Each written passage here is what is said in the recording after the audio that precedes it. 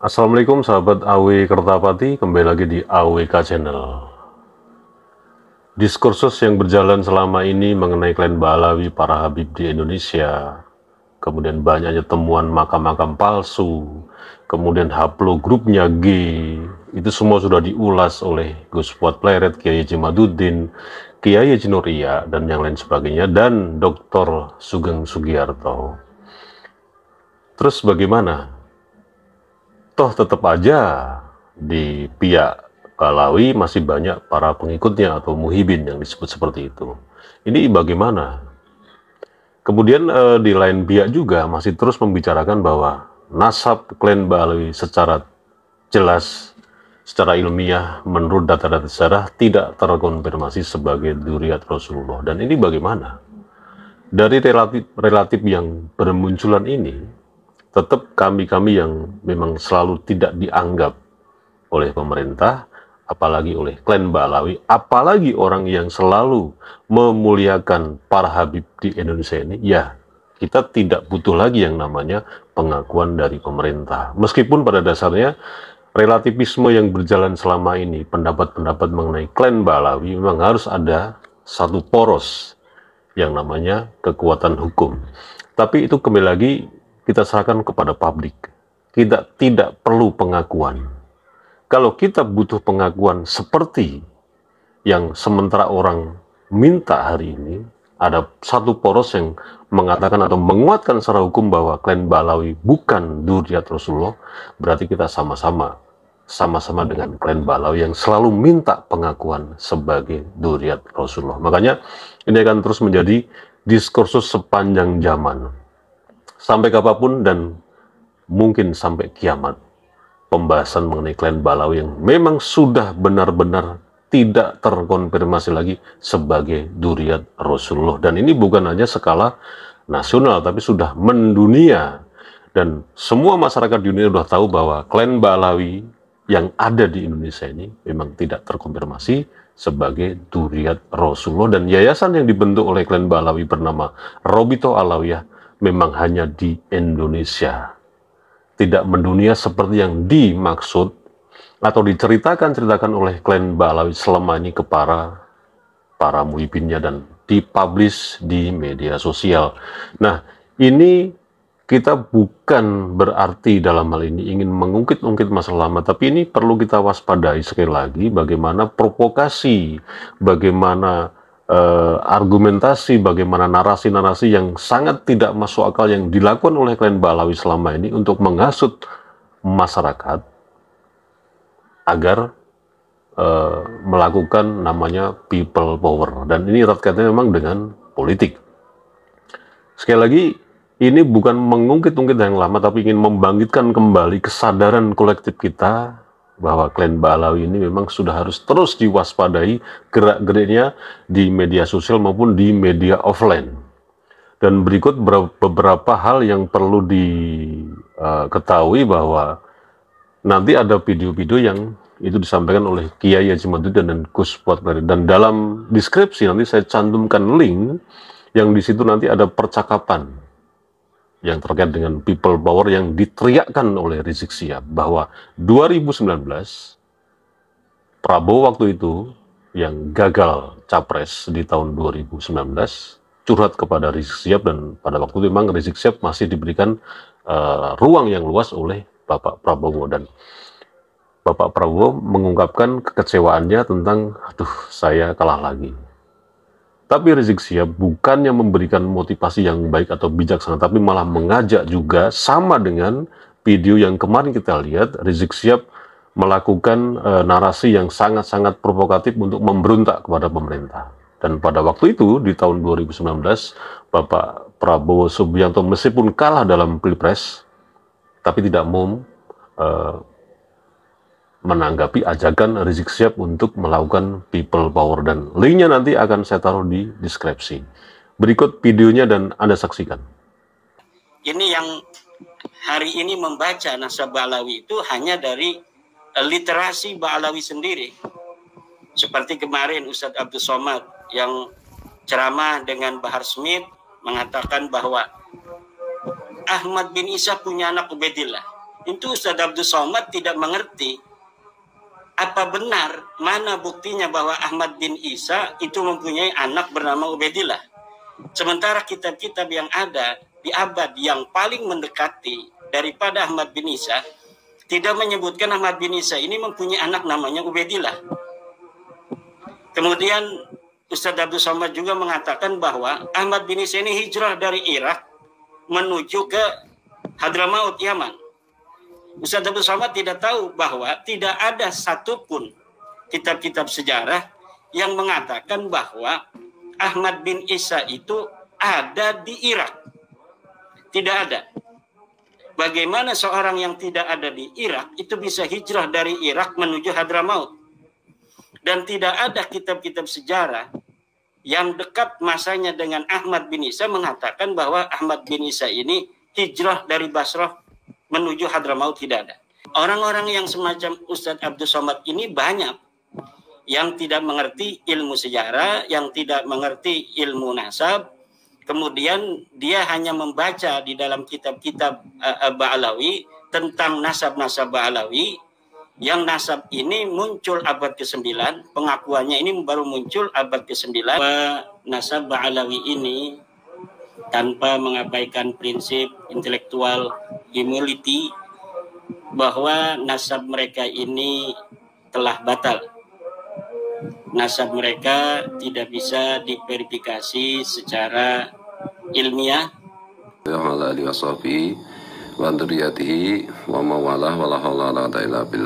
Ini Ustadz Abdul Somad itu dengar-dengar itu ikut membela nasab para Habib dari imigran Yaman yang didatangkan Belanda dulu, membela nasab palsu mereka yang sekarang sudah terbukti tidak tersambung ke Rasulullah, dan tes DNA juga mengkonfirmasikan hal itu. Ya, beberapa teman minta saya komentar, ya kalau saya gampang weh. Ustadz Abdul Somad itu sebenarnya nak pinter dulu ketika belum gaul sama Rizik Syihab, Bahar Sumed dan lain-lain, itu ya sebenarnya masih objektif lah. Sejak bergaul itu, apalagi sekarang udah dapat apem Ba'alawi, itu jadi kayak kehilangan akal gitu. Ya dia kan nggak ngerti tentang apa ilmu nasab. Ya fas'alu ahla dzikr in kuntum la ta'lamun, harusnya kan begitu. Ya tanya ahli nasab, tanya ahli DNA sebelum ngomong soal nasab gitu. Ya, tapi kita doakan Ustadz Abdul Somad supaya dapat hidayah, supaya dia seperti yang diharapkan oleh leluhurnya, yaitu menjadi al-ulama warasatul anbiya, yang durunal ummah bingainir rahmah, bukan yang durunal ummah apa itu bingainil apem. I love you Ustadz Abdul Somad. Kembalilah ke Siratal Mustaqim, Siratal Anbiya wal Mursalin ya. Assalamualaikum.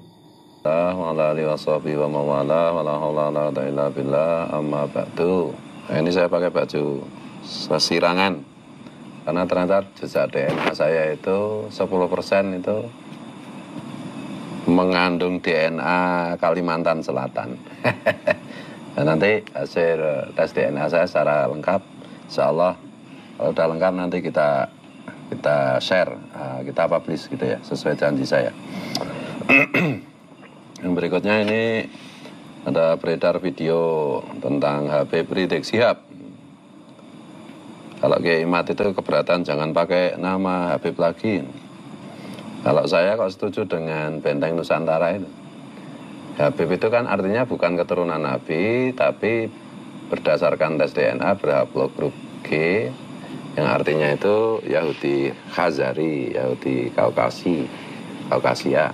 Ya, Jadi ini Habib Rizik ini keturunan Yahudi, karena Syihab dan Sahab itu kan sudah ada di open posting family tree DNA itu haplogrupnya yang sudah tes itu G. Nah, Habib Rizik dulu kan juga yang pertama kali malah menyerukan mengenai tes DNA. Nah sekarang ini ya, sampai sekarang kok ini Habib Rizik kok belum tes DNA atau sudah tes DNA tapi nggak berani mempublish hasilnya.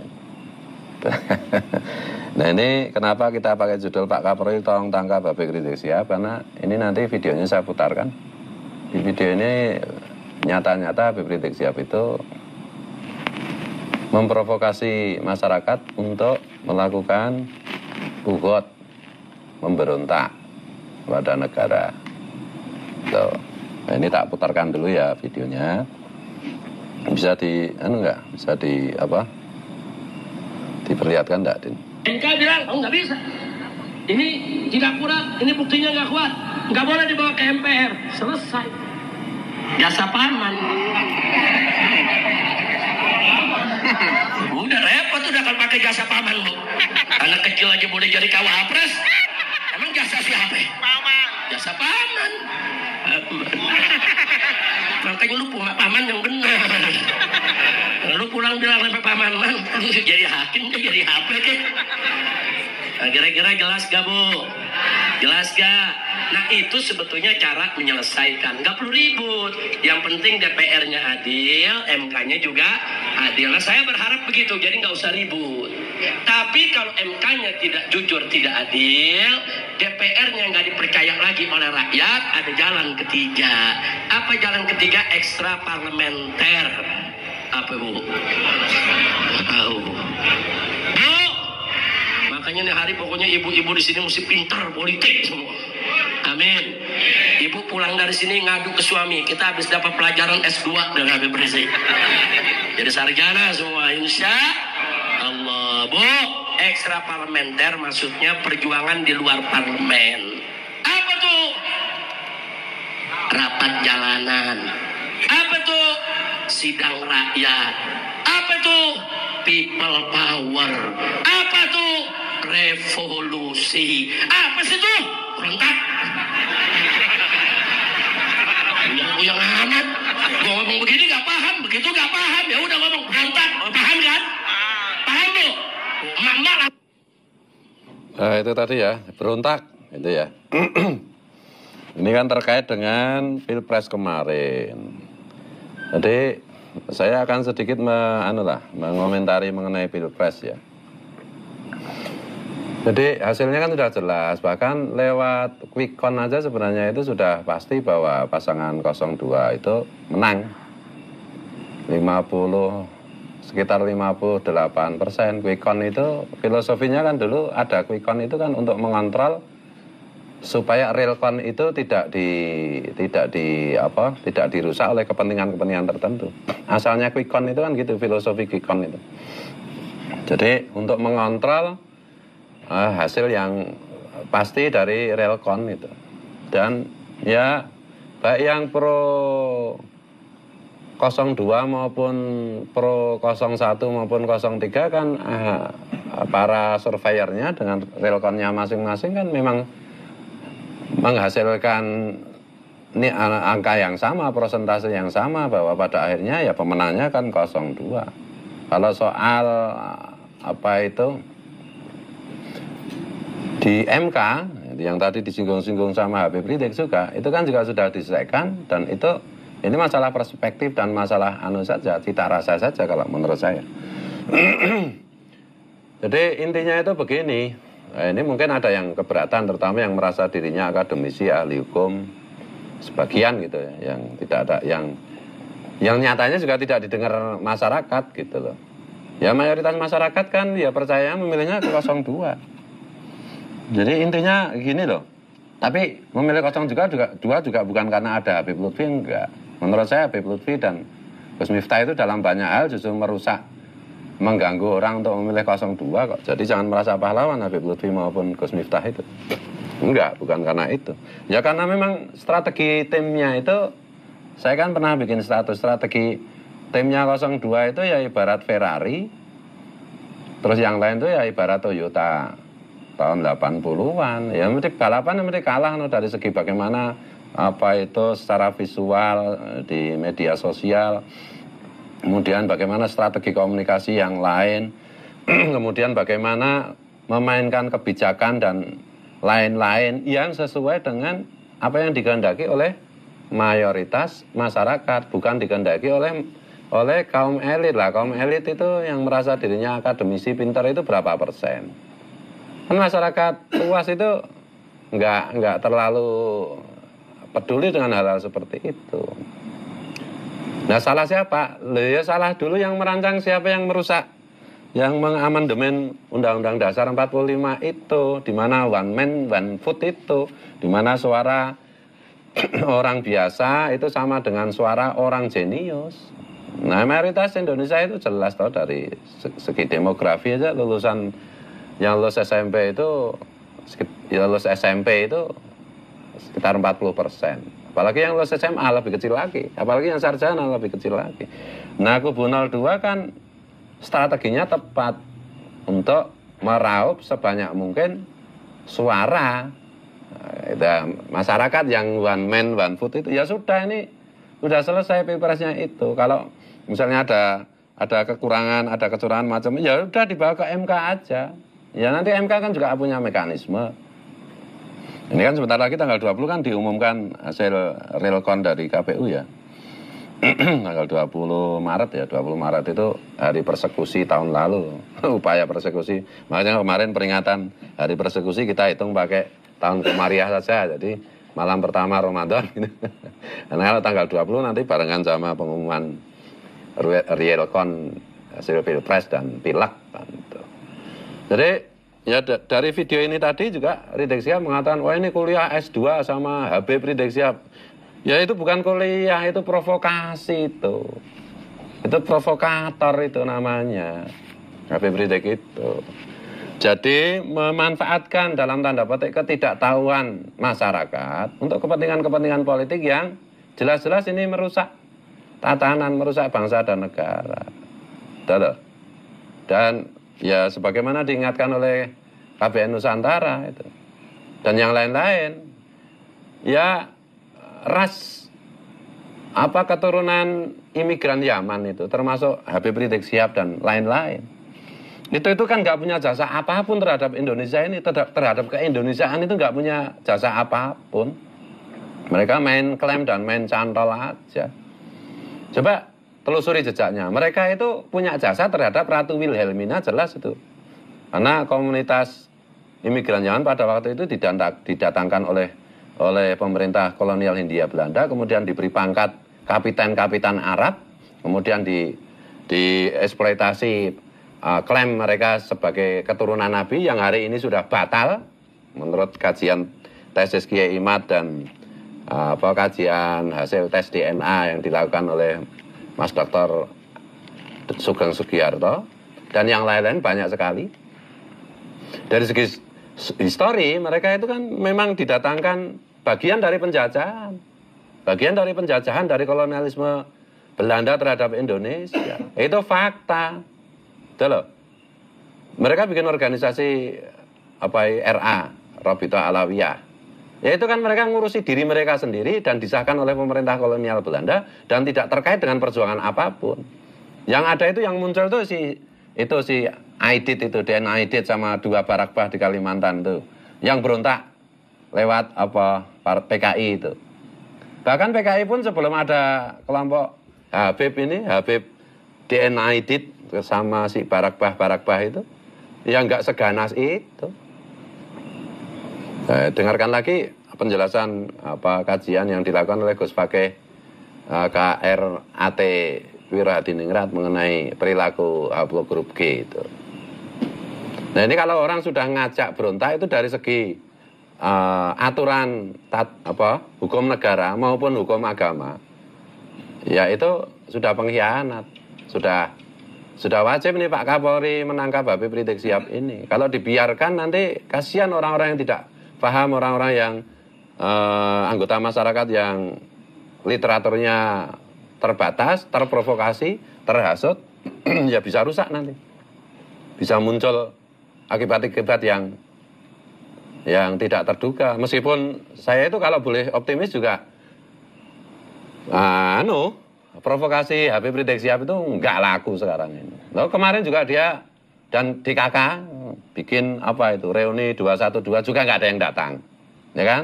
Siapa itu si Bahar Smith anak buahnya Habib Bahar As-Sumait, ya toh?